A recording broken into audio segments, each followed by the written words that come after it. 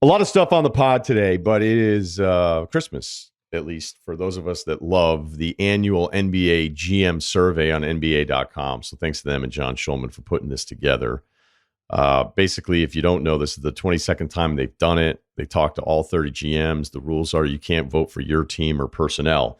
So there's a couple basic ones that I want to talk about, but there's also the starting your franchise with this player thing that I love to look at. It's my favorite answer. And then I like to look back at where it's at historically. And then we're going to bring Ceruti on because I know he's thrilled that, like, I think 4 of the breakout players are guys in the Orlando Magic. I'm exaggerating there a bit there.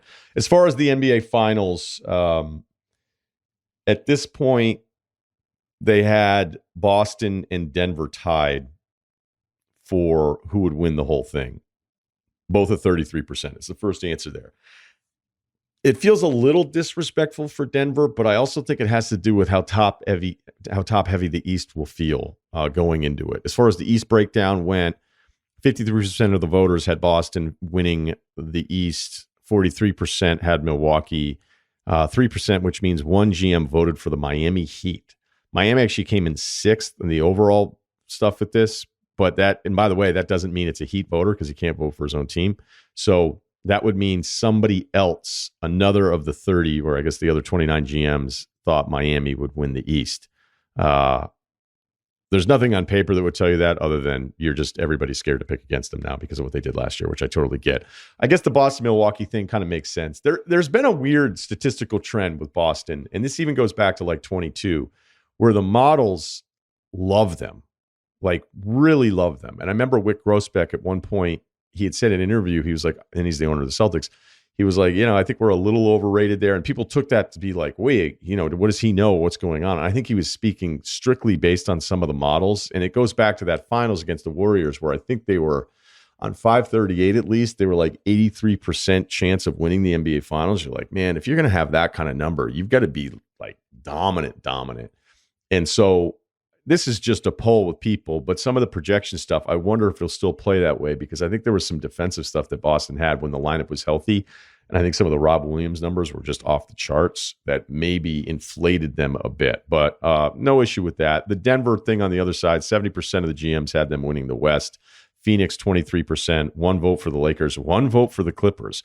The Clippers are kind of like Miami West, but for no reason. At least Miami's done something to get the benefit of the doubt from 1 voter. The Clippers here continue to kind of hang on by like, oh, if they're kind of healthy. And you're like, we're going to do this another year? I mean, it feels like the Harden thing's inevitable at some point. I don't know why they would want to do that.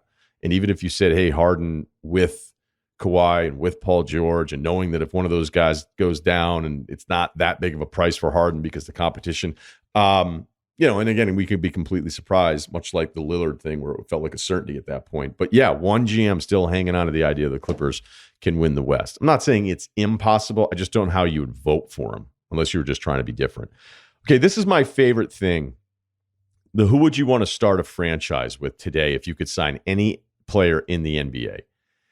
Jokic has a third of the vote. So 10 of the GMs voted for him. 33% feels low. He's 28. He right now has the belt. Could there be something where it ends up being Giannis's belt again? Yeah, I personally have not ruled that one out, right, at all.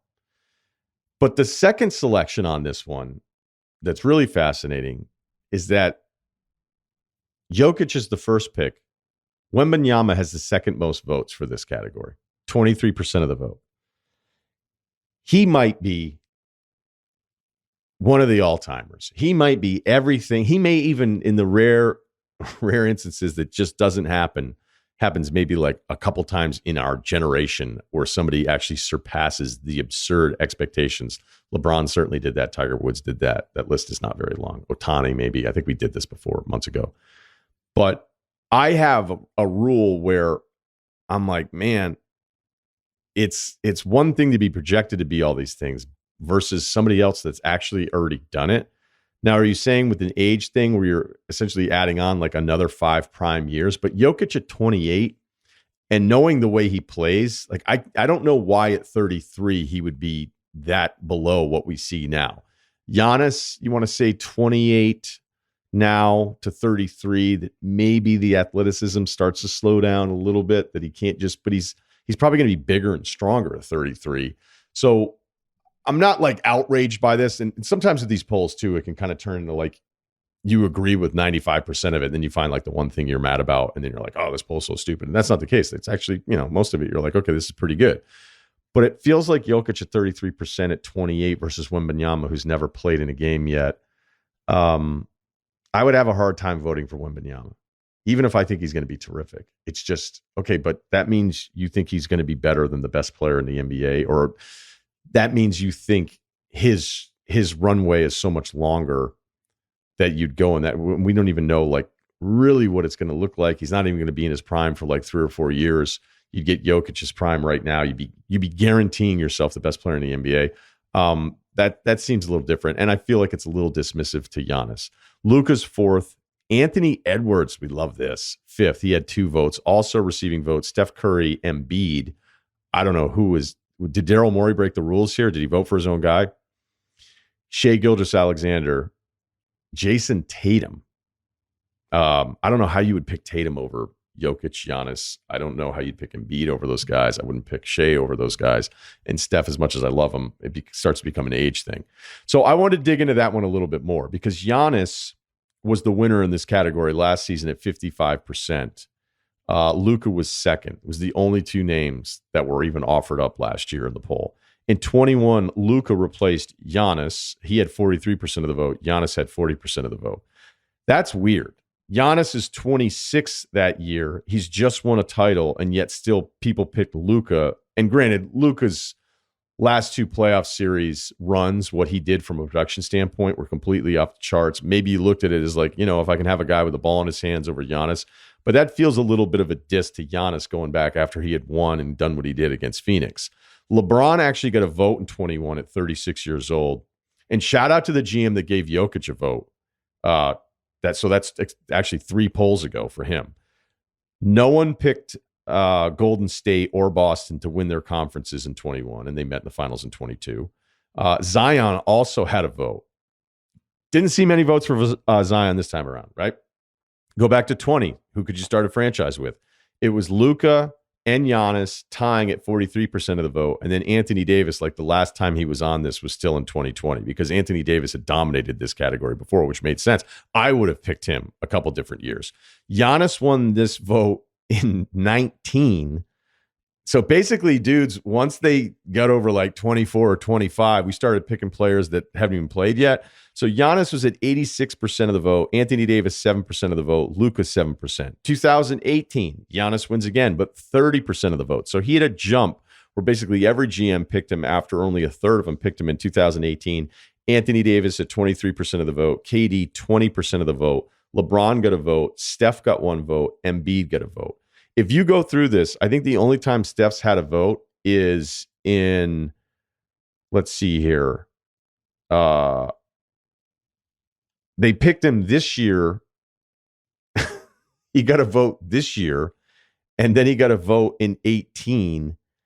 Steph didn't even get a vote in 2015-16 poll, which is after he'd won his first title. So he's still in his 20s, and that's probably a height thing, a size deal. But imagine not picking Steph back in 2015.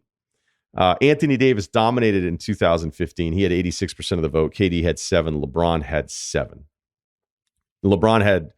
That's in 2015, so LeBron's 31 years old. But if you think of that, you're like, wait, if I can get LeBron from 15, 16 on the rest of the way, he would have been a better pick than Anthony Davis or Kevin Durant. Here's what's really fascinating. You're like, hey, you skipped a couple years. Yeah, I did. Because sometimes GMs are just like us and they make mistakes. They get players wrong. So AD wins this at 86% of the vote, which was the right answer at the time. But looking back, LeBron, Steph, clearly the better options. But new is always kind of better in sports, so we get it. Karl Anthony Towns was the number 1 selection for this in the 2016-17 poll season. He had 48% of the votes. Almost half the GMs voted for him. That was over Kevin Durant at 21%. LeBron also was 7% that year too. Imagine in 2016 going, I'll take Cat the rest of the way over LeBron. Probably don't want to do that again. The GM still couldn't really move off the cat thing, even though more of him had turned the page, because he won it again in 2017-18 poll. So again, the fall, right after that summer. But Towns is at 29% of the vote, Giannis at 21%, LeBron's in there, Kawhi was in there, and Kevin Durant was in there. Karl Anthony Towns is probably going to go down, and I don't want to go through 22 polls this morning, but it's not that it's a whiff, it's that you can understand why people fell in love with the idea of him, and he has not been that. He's not that. He's never going to get mentioned in this stuff ever again. But he was new enough and young enough. And you're like, man, he's so big. Put the ball on the floor a little bit. And like the shooting numbers are actually ridiculous. But age, to the Wembanyama point, I wonder if we'll look back on this in 5 years and go like, wait, they passed on the next 5 or 6 years of Giannis or Luka or Anthony Edwards for a guy that hadn't even played in the league yet. That seems a little aggressive. The last one that I had, and I want to have Ceruti jump in here quickly with us if we can. Jokic was 93% of the vote at center, so not 100%. But again, remember, you can't vote for your own guy. But Anthony Davis and Embiid got a vote. So that means one non-Denver GM voted for somebody other than Jokic, which I have to imagine is a bit of a mistake. As somebody who has a real vote, there is that kind of anxiety of like, wait, am I the guy that messed it up? I don't know. Maybe he just thought positionally it wasn't really fair. I do wonder if the Embiid is better than Jokic stuff that has to be over now, right? I don't have a problem with my vote. I struggled with it last year, but after the finals run and all of this, Daryl Morey's got bigger problems. I wonder. I don't know if that Philly mafia that was really, really vocal for multiple years that basically probably watched Jokic for the first time this finals run was like, oh wait, that guy's actually pretty sick. And now that Embiid has the MVP in his back pocket, maybe it won't be as emotional the whole time. I'd like to think that's pretty much fucking done, but I'm always willing to be surprised. Ceruti? You would think so. We kind of talked about this on the phone this morning, and I was trying to put myself in the shoes of being a Philly fan, and our producer today, Cliff, is a big Sixers fan. And you're like, all right, like if he was on the Magic, like would I talk myself into still thinking that there was a chance that my guy Embiid is better than Jokic? And I said, yeah, all right, maybe fan craziness would lead to that. But then I thought about it. Like I've had an hour to like kind of marinate on it. There's no way I could say that after last year. But you pointed out a couple things about the GM survey about Embiid. It actually kind of is more insane though. Because all right, somebody gave Embiid a vote to start a franchise with. I think that's pretty insane. Somebody voted him for best center. Somebody voted him for best international player, and somebody voted him to win MVP again. So there is one just like Embiid stan among the 30 GMs. I don't even have a guess because obviously, yeah, Morey can't vote for his own guy. So did his trainer become a GM? Did we miss something? Stay away from that one. But that just it blows my mind. I don't know how even after winning the MVP last season that you can say that Embiid is a better player than Jokic going into this year. I don't know how you say that, but some GM clearly thinks that. To say, I mean, what if Embiid like goes bananas statistically, which he very well could. Might. Yep. And like Jokic is kind of cruising a bit, pacing himself a little. It's like, are we sure? I just don't know if anybody would have the title now afterwards. And I mean, in fairness to Embiid, there's just no way he's ever going to control a game the way that Jokic does. He just can't. It's not because of lack of, well, his ability is not the same as Jokic's ability, but every possession runs through this point center, and it's just not who Embiid is as a player. I would think a lot of the propaganda was about him not having an MVP, and now that he has it, there's got to be people that are a bit satisfied. And I think Philly fans have like way more concerns than the Embiid perception race now. About like where this is all going. But I don't know how you'd watch Jokic. I think a lot of people bullshit themselves. A lot of people lie about how much they watch. I think a lot of people don't watch a lot of stuff. And especially the Northeast guys, I don't think they're up late watching games. And I imagine there were some really private moments for some of the Embiid mafia that watched some of those Jokic playoff performances, and they were like, oh my God, damn, like, this is what I've been arguing against. Yeah. All right. But just to play devil's advocate, the argument is what? That, I mean, obviously, and this I think is true. It's an excuse that I will allow that the Philly situation is shitty. Like he has to play with Harden. He's had a rotating cast of kind of like, not great second tier, the second star guys. And, Jokic, I guess, has had, obviously Murray got injured, but he's had a pretty clean organization. They've done things right. They draft well. They've made a lot of smart decisions. I don't know that you can say that about Philly. So I'll give Embiid the benefit of the doubt on that. I will. And then, all right, if you want to tell me Embiid is a better defensive player, I'll also agree with you there. I don't think Jokic is a terrible defensive player like some people. Well, he wasn't as bad as it was being made out to be. Yeah. So those are your arguments. Different things. And there was also a part of the Jokic numbers where there was actually some weird good defensive numbers where I was like, look, I mean, I ended up voting for Embiid because I do think that there was some really simple, like if I'm going to the hoop and there's one of these two options at the rim, like I'm way more comfortable if Jokic is there than it was Embiid. But was that enough to sway the whole thing? A lot of it had to do with how Jokic played at the end, but I know the overall numbers were still absurd. But it felt like Jokic didn't even want the thing at the end of it. As far as the circumstances, I mean, maybe this year, but that franchise has done a lot for Embiid around him. But the Ben Simmons thing, you're right. I'm not going to like that started to prove itself towards not the Atlanta series, but you could start seeing it happen where you're like, well, wait, if my point guard is somebody nobody cares about guarding anymore, that doesn't make it easy for Embiid. But on the other side with Denver, especially when Murray was out, like Michael Porter Jr. is still a question mark. There's a bunch of different role players in there. Those teams are pretty bad defensively. Like they didn't really do that much. And then you've wondered even if Jokic could anchor a team, like would he be somebody that starts getting exposed in playoff games and he's a detriment so much defensively, like Chris Paul in that series years ago. So, a lot of things have kind of changed here a little bit, but there's just a few votes in there. I love the poll. I love that they do this every year, but there are a few votes. You're like, wait, so, and it's a great point by you.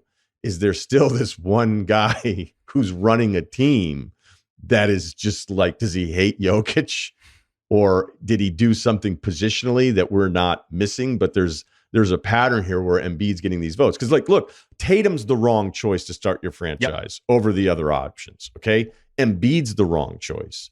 LeBron 2 years ago is a pretty lofty deal at 36 years old, as great as he is. But I still, to the original point, I think it's kind of dismissive of a Jokic and a Giannis to say, I'll take the guy that's never played before. And it's not the same thing as the Karl Anthony Towns, but basically for 2 years, GMs voted for that guy on the idea of what he could be while they ignored plenty of other better options.